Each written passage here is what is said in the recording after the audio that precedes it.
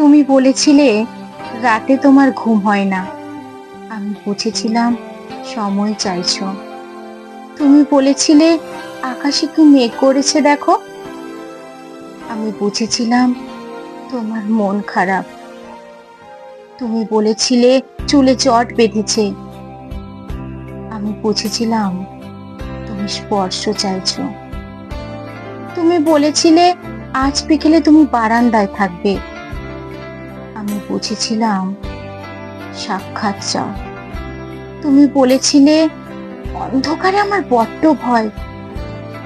আমি বুঝেছিলাম তোমার আমাকে জড়িয়ে ধরতে ইচ্ছে করছে। তুমি বলেছিলে সমুদ্রে যাবে। আমি বুঝেছিলাম পাশাপাশি হাত ধরে হাঁটতে চাইছো। তুমি বলেছিলে নীল প্রিয় রং। আমি বুঝেছিলাম তোমার কষ্ট হচ্ছে। তুমি বলেছিলে ঠোঁট ফেটেছে।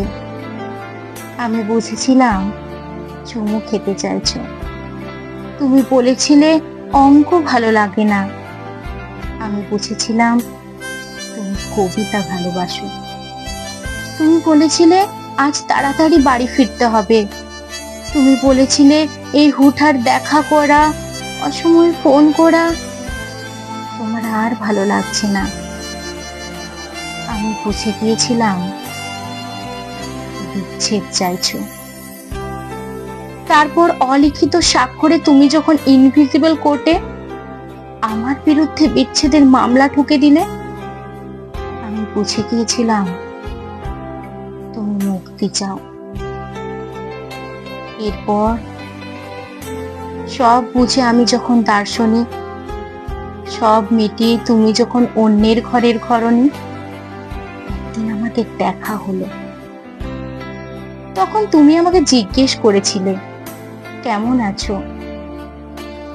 আমি বুঝে গিয়েছিলাম তুমি ভালো নেই।